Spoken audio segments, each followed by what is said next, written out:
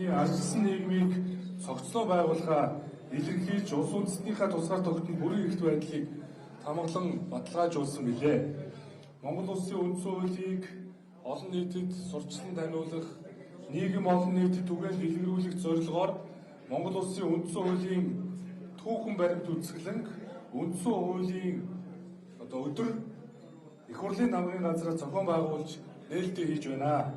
Та бүхнийг хүрэлцэн ирсэнд талархал дэвшүүлье. Үзэсгэлэнд Монгол улсын үндсэн хуулийг хэлэлцэн баглах үеийн архивын түүхэн баримтуудыг өнөөдөр их хуваар дэлгэн үзүүлж байна.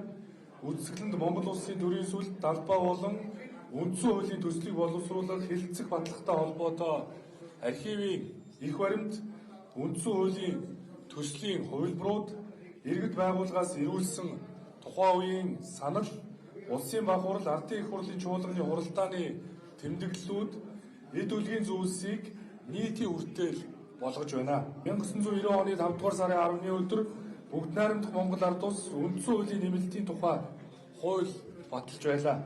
Энэ хууль бол одоогийн шинэ үндсэн хуулийн угтал хууль болсон гэж үздэг.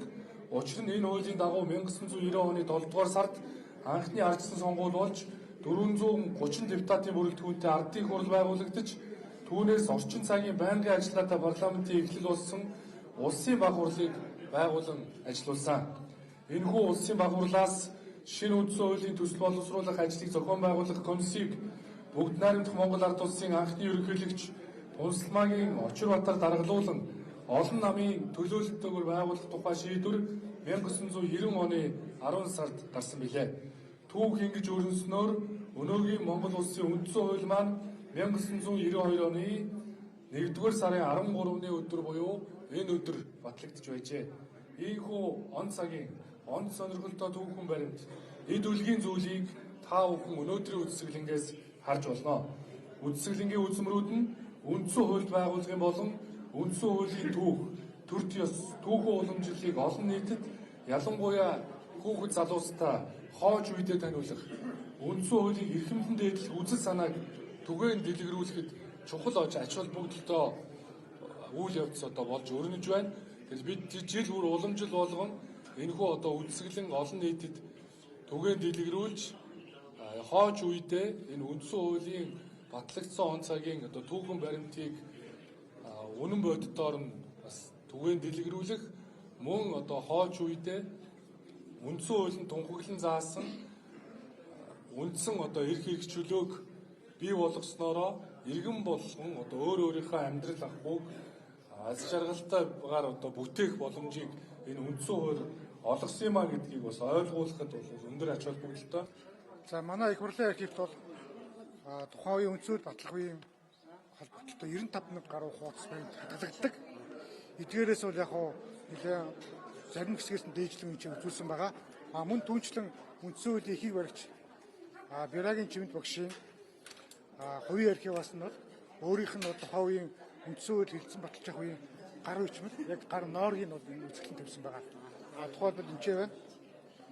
За энэ гар нооргон дээр бол яг үндсэн хуулийн эхний хуудсан дээр байдаг. Монгол улсын үндсэн хуулийн уг их энэ болоё гэдгийг яг бичижсэн. Яг гар үчмэл нь бол их хуваар ажил тавьдсан байгаа. За мөн хамгийн сүүлд яг үндсэн хууль батлагдахаас өмнө бас хамгийн сүүлчийн засвар хийжсэн хувийн бол энэ их хуваар тавьдсан байгаа. Мөн энэ одоо цор ганц хувь байна гэсэн үг. Цор ганц хувь их хуваар байж байгаа. За мөн энэ чинь Чимэд багш маань засвар хийж байхдаа бол чинь сонирхолтой зүйл байгаа. Монголын үндсэн хуулинд дээр Монголын ард түмэн бид гэж байдаг шүү дээ. Анхны хувилбарнууд Монголын ард түмэн гэж байсан чинь Чимэд багш бид гэж оруулаад үндэснийхээ гэж байсныг үндэснийхээ төр ёсны гэдгийг төрч ёсныг их мэтлэн засварыг оруулж ирсэн баримт нь яг энэ гар хүчмэлээр их хуваараа тавьсан байгаа. Ер нь нийт үндсэн хуулийг боловсруулах явцад иргэдээс, олон нийтээс авч ясан саналууд гэдэг юм уу, тухайн олон баримтууд байна. За тухайн үед бол үндсэн хууль хэлцэж байгаа үед бол ард иргэд бол маш идэвхтэй оролцсон гэж ярьдаг. 900 мянга орчим ард иргэд бол ард иргэдээ санал ирсэн гэж давхарцсан тоогоор гэж үздэг. Тэдгээрээс бол бүгдээрэнгээс нь бол дээжлийн нүгээр тавьсан байгаа.